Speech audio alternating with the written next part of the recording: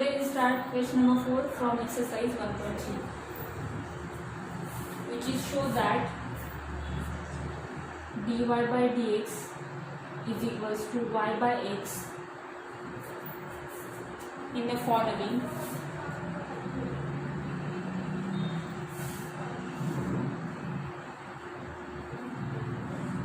Where a and p are constants, and first question is, actually we'll take second one and then I'll explain why I left first one. Okay, first one तुम्ही करणार आहात नंतर, which is x raised to 7 y raised to 5 is equals to x plus y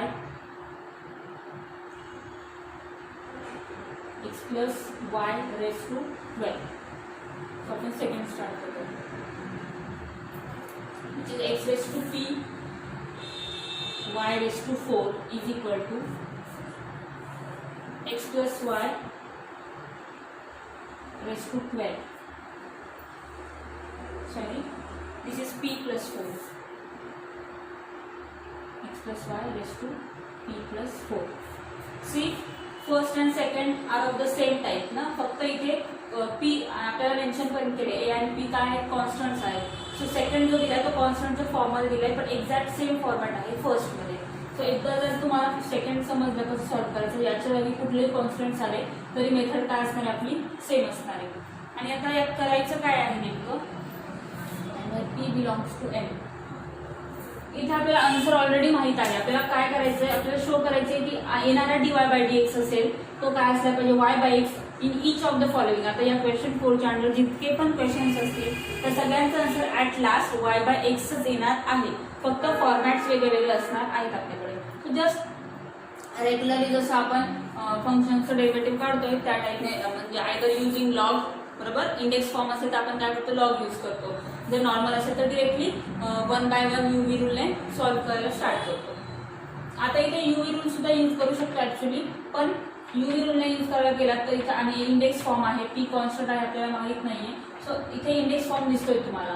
so सोपं काय असतं, index form solve करायचं असेल तर सोपं की लॉग यूज करा, then it will be in readiest form, एकदम सोप्या फॉर्ममध्ये मिळेल आणि मग आपण क्वेश्चन सॉल्व्ह करू शकतो. तर लक्षात ठेवायचं, जेव्हा पण इंडेक्स फॉर्म मिळेल तुम्हाला काय करायचं आहे, लॉग यूज करायचं. So taking log on both side और using log, taking log on both sides आणि आपल्याला log of X raise to P Y raise to 4 is equals to log of x plus Y raise to P plus 4. ठीक आहे, लॉगमुळे काय आहे, log of M N apply होईल. इथे काय असतं ते, log of M that is X raise to P plus log of n that is y raise to 4 is equals to, इथे काय आहे, हा log m raise to n form आहे. हा एन जो असतो तो आपल्या फ्रंटला येईल, दॅट इज पी प्लस 4, त्याच्यामुळे तो ब्रॅकेटमध्ये लिहिणार आहोत, p plus 4 log of x plus y. Okay, now easily we can solve. काय करायचं आता, आपल्याला लॉगचे डेरिव्हेटिव्ह अप्लाय करून सॉल्व्ह करायचं आहे. So differentiate with respect to x. हे काय होईल, ब्रेक सॉल्व्हिंग करू आता आपण. हां, बिफोर दॅट एक स्टेप राहिली ना, याचे कॉन्स्टंट्स कुठे येतील, पुढे येतील. ही स्टेप टाकूया. हा होईल पी लॉग एक्स, हा होईल 4 लॉग वाय आणि इथे P plus 4 log of x plus y. Now differentiate with respect to x. p constant आहे, लॉगला लॉगचा डेरिव्हेटिव्ह घेणार आहे. So p will be as it is into log x चा derivative असेल 1 upon x plus 4 constant आहे log y ला, तो as it is. log y चा derivative येईल अगोदर 1 upon y इंटू वाय साठी डेरिव्हेटिव्ह येईल dy बाय dx. ठीक आहे, आता right side is equals to, पुन्हा इथे आता p प्लस 4 काय आहे, गिवन मध्ये दिलेला आहे इन्फॉर्मेशन मध्ये की p कॉन्स्टंट आहे आणि 4 सुद्धा आपल्याला माहिती कॉन्स्टंटच आहे. So constant plus constant automatically काय असणार आहे, कॉन्स्टंटच असणार आहे, म्हणून डेरिव्हेटिव्ह घेताना हा जो फॅक्टर आहे p+4 तो ॲज इट इज आपण लिहिणार आहोत. सो हे येईल आपलं p+4 आणि आता लॉग ऑफ x + y चा डेरिव्हेटिव्ह. तो अगोदर लॉगचा डेरिव्हेटिव्ह जे आहे ने तो येईल 1/x + y.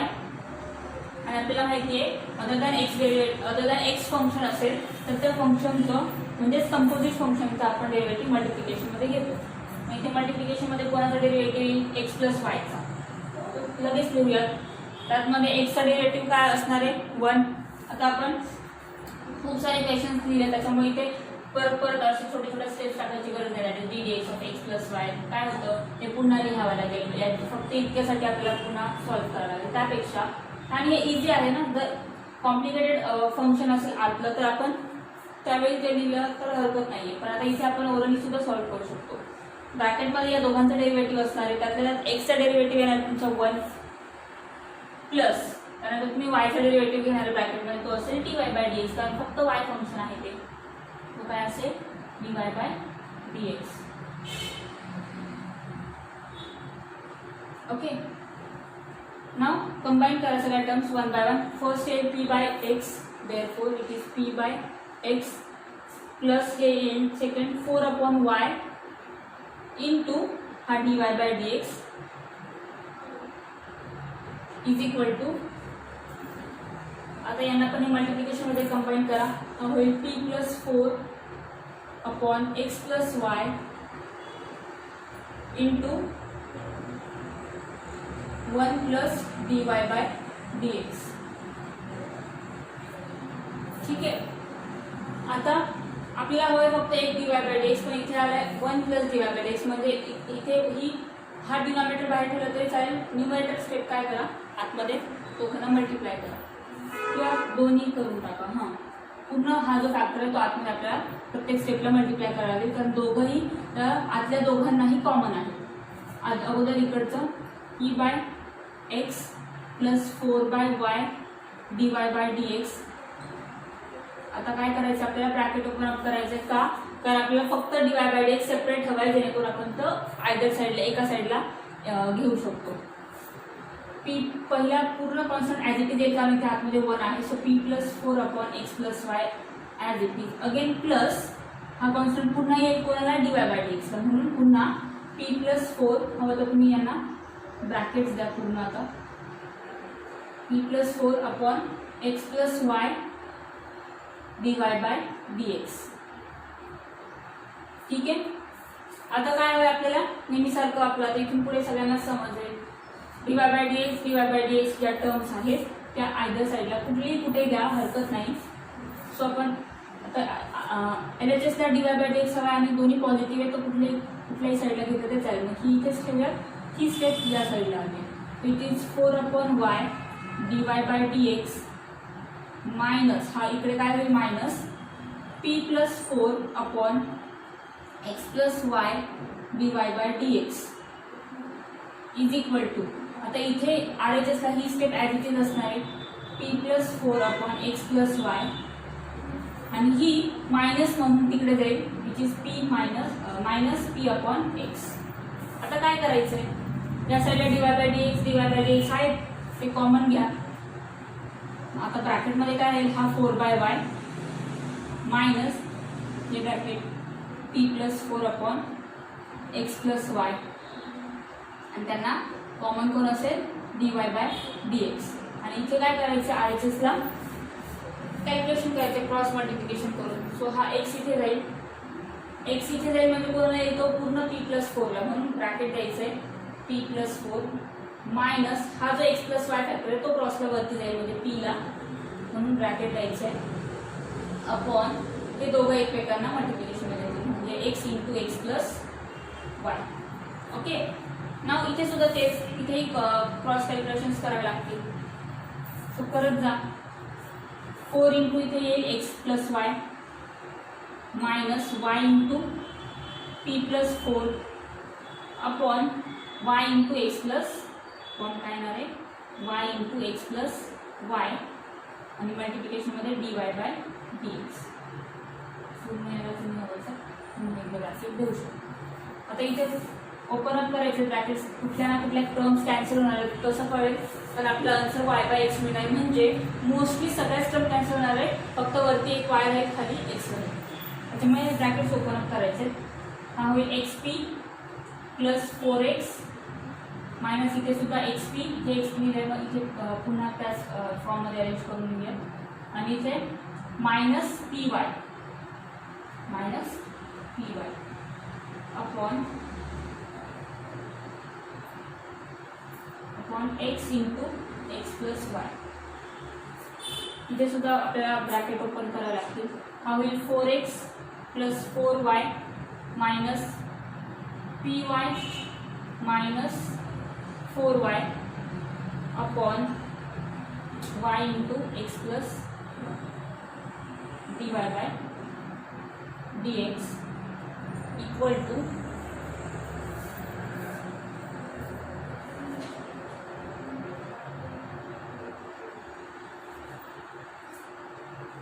इथे आता काय कॅन्सलेशन होणार आहे, एक्स पी कॅन्सल होईल, इथे राहिला 4x minus p y, 4x minus p y upon x into x plus Y. तर अगोदर आपल्याला इकडे काय कॅन्सल होतं ते पाहावं लागेल. सो इथे 4y जाते प्लस 4y मायनस 4y. ठीक आहे, so write it down, otherwise screenshot घ्या. आपण नेक्स्ट आन्सरचा नेक्स्ट पार्ट स्टार्ट करूया.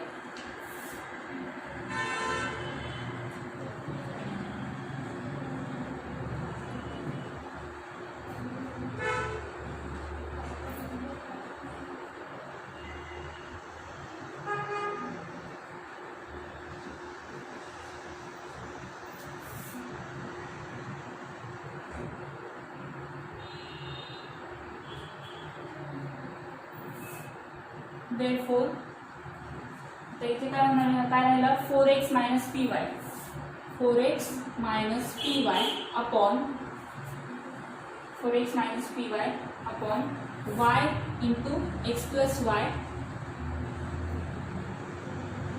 dy by dx equal to, इथे सुद्धा equal to 4x minus p y upon x into x plus y. काय करत असतो आपण, dy बाय dx आता एकच राहिला, त्याला एकच साईडला ठेवायचं, त्याच्याबरोबर जो पण काही फॅक्टर आहे त्याला आयदर साईडला शिफ्ट करायचं आहे. Therefore it will be dy by dx equal to, अगोदर हा लिहून घ्या, 4x minus p y upon x into x plus y. आणि हा जो असेल तो मल्टिप्लिकेशन तिकडे शिफ्ट होईल आणि रेसिप्रोकलमध्ये. सो हा y upon x plus Y factor असेल तो न्यूमरेटरमध्ये येईल आणि 4x मायनस पी वाय येईल डिनॉमिनेटरमध्ये. पुन्हा सेम ब्रॅकेट्स क्रॉसमध्ये आले, कॅन्सल होतील. काय राहिले फक्त इथे न्यूमरेटरमध्ये y, डिनॉमिनेटरमध्ये x. खूप इझी आहे, आन्सर आपल्याला ऑलरेडी माहीत आहे.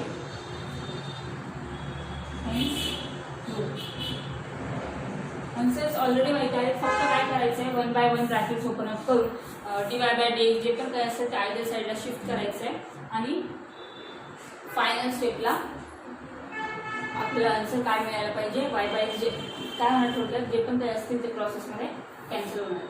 सो लाईक दिस फर्स्ट क्वेश्चन तुम्हाला सॉल्व्ह करायचं आहे. पुन्हा इथे सुद्धा काय करायचं आहे, लॉग घ्यायचे, लॉगमध्ये प्लसमध्ये स्प्लिट होईल, 12 खाली येईल, सोपं होईल. जर युवी रूल यूज करायला गेला तर कदाचित इथे सोपं वाटेलही, पण टर्म्स कॉम्प्लिकेटेड येतील, खूप जास्त टर्म्स येतील. आणि इथे सुद्धा 12 into x plus y raise to 11 like this terms येतील. सो अदर बेटर असेल की इंडेक्स फॉर्म दिसतोय ना सरळ सरळ आणि मल्टिप्लिकेशन फॉर्म एक साईडला, म्हणजे काय आपण लॉग यूज करू शकतो. आणि लॉगने खूप सोपं होऊन जातं, कारण लॉगचा डेरिव्हेटिव्ह आपल्या सगळ्यांना वेगळं आहे आणि कॅन्सलेशन्स पण फास्ट होतात. So like this question 1 you have to solve. Now we'll move towards third question.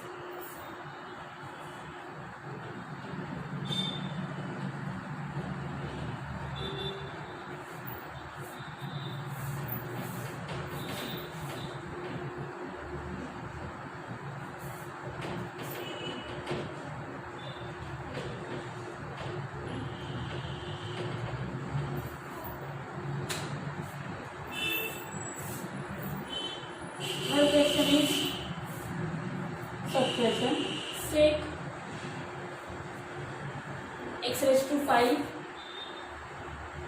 plus y raised to 5 upon x raised to 5 minus y raised to 5 equal to a square. तर या example मध्ये काय करायचं, सेकचा derivative आपल्याला सगळ्यांना माहिती सेक x tan x, पण direct तसं सॉल्व्ह नाही करणार आहे आपण. काय ए आपल्याला काय दिलेलं आहे, कॉन्स्टंट सांगितलेला आहे. मग जर सेक आपण आयदर साईडला शिफ्ट करतो, इन्व्हर्स फॉर्म मध्ये शिफ्ट होईल आणि आपल्याला मिळेल यू अपॉन बी. त्यात सुद्धा पुढे अजून सोपं आपल्याला रेड्यूस करता येणार आहे. त्याच्यामुळे अशा टाईपच्या क्वेश्चन्स मध्ये जेव्हा आपण तुम्हाला angle of you by V किंवा कॉम्प्लिकेटेड टर्म दिली आणि आयदर साईडला तर कॉन्स्टंट आहे, तो अँगल इन्व्हर्स मध्ये किंवा इन्व्हर्स असेल तर नॉर्मल मध्ये शिफ्ट करायचं आहे दुसऱ्या साईडला. ठीक आहे. सो लेट फर्स्ट स्टेप तर तुम्ही इझिली आहात. सो लेट आता सेक तिकडे शिफ्ट होईल म्हणजे LHS ला कोण राहील, x raised to 5 plus y raised to 5 upon x raised to 5 minus y raised to 5 is equal to sec inverse of a square. आता मला सांगा, a स्क्वेअर ऑलरेडी कॉन्स्टंट आहे आणि कुठल्याही कॉन्स्टंटचा एखाद्या कॉन्स्टंटचा कुठलाही अँगल घ्या, सेक घ्या, टॅन घ्या, कॉस घ्या, साइन घ्या, तो अँगल काय असणार आहे, पूर्ण कॉन्स्टंटच असणार आहे. म्हणून आपण म्हणूया सपोज दिस इज पी. आपल्याला इथे कॉन्स्टंट्स काय काय दिले आहेत, ए आणि पी दिले. आपण पी चा यूज करू. Suppose this is P same. ठीक आहे. So this angle full angle P. पुन्हा पुन्हा sec inverse of A square लिहिण्यापेक्षा. Now that means it is x raised to 5 plus y raised to 5 is equal upon x raised to 5 minus y raised to 5 equal to काय आला आपल्याला फक्त p. आता इथे u by v पण solve करायची गरज नाहीये. जर तुम्ही हा इकडे शिफ्ट केला तर p ला मल्टिप्लाय मध्ये येईल आणि आपल्याला x x टर्म्स आयदर साईडला कंबाईन करता येईल. कसं ते पाहूया. So x raised to 5 plus y raised to 5 LHS लाच असेल. हा जो फॅक्टर असेल तो p ला मल्टिप्लिकेशन मध्ये जाईल. That is p into x raised to 5 minus y raised to 5. Open up करा जेणेकरून आपल्याला x मिळेल तर तो x च्या बाजूला घेतील, y च्या बाजूला घेतील. सो हे असेल x raised to 5 plus y raised to 5 equal to p x raised to 5 मायनस p y raised to 5. ठीक आहे. आता आपल्याला कुठला कुठे न्यायचं आधीच ठरवलं तर बेटर असेल किंवा काही केलं तरी चालेल, फक्त मायनस कधी कधी येऊ शकतं. मग जर ही वायची टर्म प्लस आहे ही मायनस वाली इकडे नेली तर दोन्ही वाय पॉझिटिव्ह मिळते. सो वाय आपण LHS ला ठेवूया. म्हणजे काय, y raised to 5 आणि हा इकडे येऊन plus p y raised to 5 होईल इक्वल टू, आता हा x तिकडे न्यायचा आहे म्हणजे अगोदर पहिली term p x raised to 5 minus x raised to 5. ठीक आहे. इथे कुठलाही टर्म कुठल्याही बाजूला नेलं आणि कुठलं म्हणजे x या साईडला आणले, y त्या साईडला नेले तरीही चालतील, फक्त मायनस कॉमन वगैरे तुम्हाला नंतर निघेल आणि पुन्हा ही स्टेप मिळेल. ठीक आहे. सो आता काय होणार आहे, y raised to 5 या साईडला कॉमन घेऊ शकतो.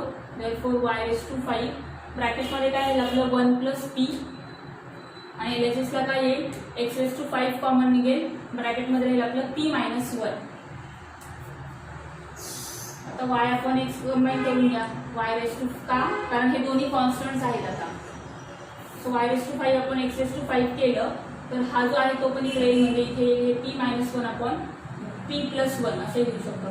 मग असं का केलं, कारण हे दोन्ही कॉन्स्टंट्स आहेत ते सोबत घेतले तर पूर्ण एक टर्म कॉन्स्टंट आहे. दोन्ही साईडला कॉन्स्टंट ठेवण्यापेक्षा पूर्ण एकच टर्म कंबाईन आपल्याला कॉन्स्टंट मिळून गेली. मग जसं आपण या कॉन्स्टंटसाठी p म्हटलं होतं तसं इतकं मोठं लिहिण्यापेक्षा याला सुद्धा काहीतरी अजून एक लेटर देऊयात m. काय म्हणायचं, से दिस इज m. ठीक आहे. मग हे काय झालं आपलं क्वेश्चन. आता y raised to 5 upon x raised to 5 is equals to m.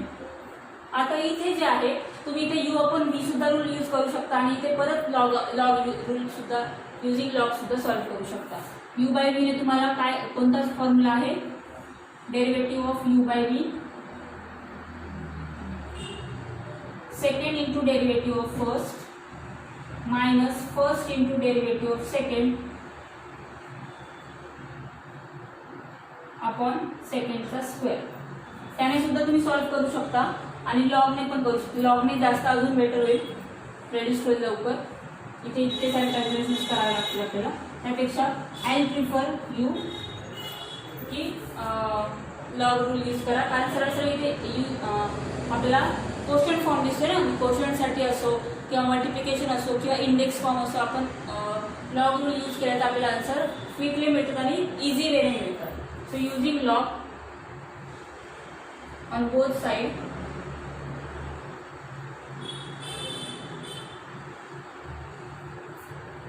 इथे ऑर म्हणते मी, or we can solve using this also. ठीक आहे. So using log on both side काय होईल हे इथे डिरेक्टली लिहू आपण. Log of M by N असेल म्हणजे लॉग एम अगोदर येईल, मायनस होईल इथे क्वेश्चन असल्यामुळे काय होईल minus log x raise to 5 होईल आणि हे होईल log m. Okay. Now this will be 5 times log y minus 5 times log x is equals to log n. सरळ सरळ डिफरेंशिएट करा, differentiate with respect to x. 5 into हे होईल 1/y आणि y साठी पुन्हा dy by dx minus 5 into log x साठी होईल 1/x आणि लॉग एम. एम हा कॉन्स्टंट आहे, कुठल्याही कॉन्स्टंट लॉगचा डेरिव्हेटिव्ह फाय म्हणजे 0 चे नव्हे. आता इथे काय झालंय 5/y dy बाय dx. इथेच तुम्ही हा तिकडे पण नेऊ शकता. सो हा होईल त्या साईडला 5/x मायनस 5/x इथे होता, तिकडे गेला तो 5/x झाला. बरोबर.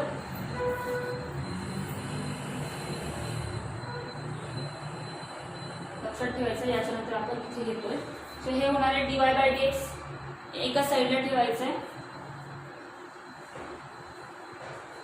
इज इक्वल्स टू 5/x अगोदर लिहून dy बाय dx बरोबर 4 फॅक्टर होता 5/y. तो जेव्हा इकडे येईल तेव्हा रेसिप्रोकल फॉर्म मध्ये येईल, दॅट इज उलटा म्हणजे y/5.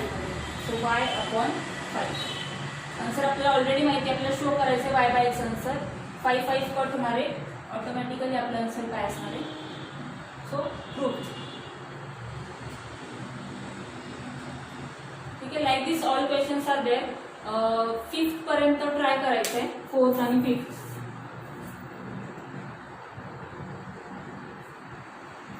So I am going to ask you whether you have completed till 5 और नॉट. जर काही डाउट्स असतील तर आपण ते नेक्स्ट सेशनमध्ये कव्हर करू.